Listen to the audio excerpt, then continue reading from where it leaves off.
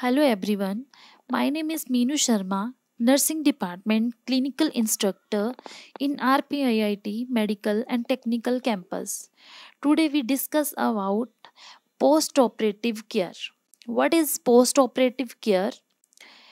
The post-operative period begins from the time the patient leaves the operating room and ends with the follow-up visit by the surgeon. The post-operative care is provided by the PSCO and SICU.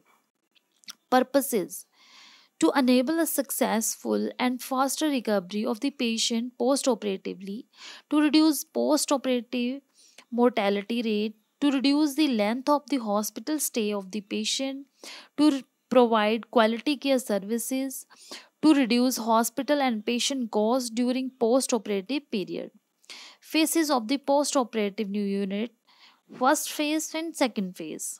First phase, it is the immediate recovery phase and require intensive nursing care to detect early sign of complication, receive a complete patient record from the operating room which to plan post-operative care.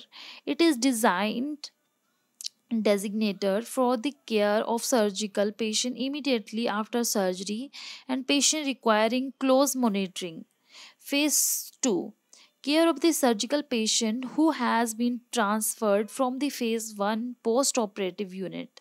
Patient requiring less observation and less nursing care than phase 1.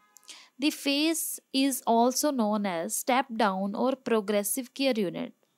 Nursing management in post operative units to provide care until the patient has recovered from the effects of anesthesia, assessing the patient, monitoring vital pulse, volume and regularity, depth and nature of the respiration, assessment of patient's O2 saturation, skin color, keep monitoring vitals, check the level of consciousness, ability to respond to command, main- maintain intake and output, protect airway by proper positioning of patient's head by clearing airway, oxygen therapy. Pharyngeal obstructions can occur when the patient lies on the back as there are changes for tongue to fall back.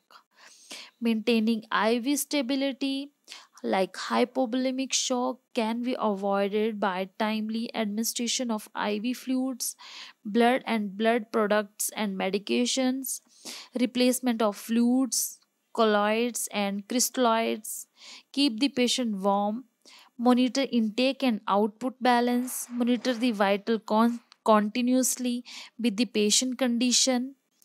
Shock position, keep the patient in shock position flat on back, legs elevate at 20-degree, knee capped straight.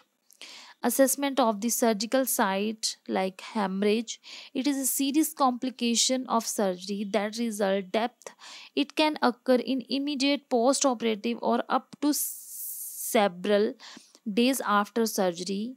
If left untreated, cardiac output decrease and blood pressure and HB level will fall rapidly.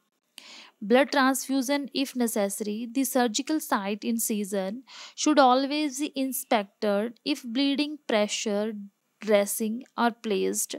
If the bleeding is concealed, the patient is taken in or operation theater or for emergency exploration of concealed hemorrhage in the body cavity. Keep the patient warm.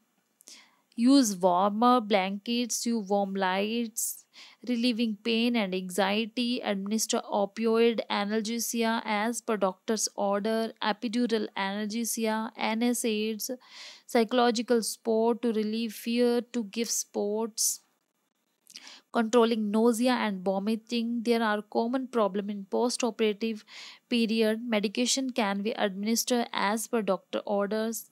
For example, metoclopramide and ondansetron like AMZ. Discharge from the patient post-operative unit A patient remain in the post-operative unit until the patient has fully recovered from anesthesia. Following measures are used to determine the patient ready for discharge from post-operative unit: stable vital sign, orientation to person, place, time or events, adequate oxygen saturation level, urine output at least 30 ml per hour, minimal pain, adequate respiratory functions, alterate score more than 9 before shifting from postoperative anesthesia care units, teaching patient self care, expected outcomes, immediate postoperative changes, written instrument like wound care, activity, dietary recommendations, medications, and follow up. Thanks everyone.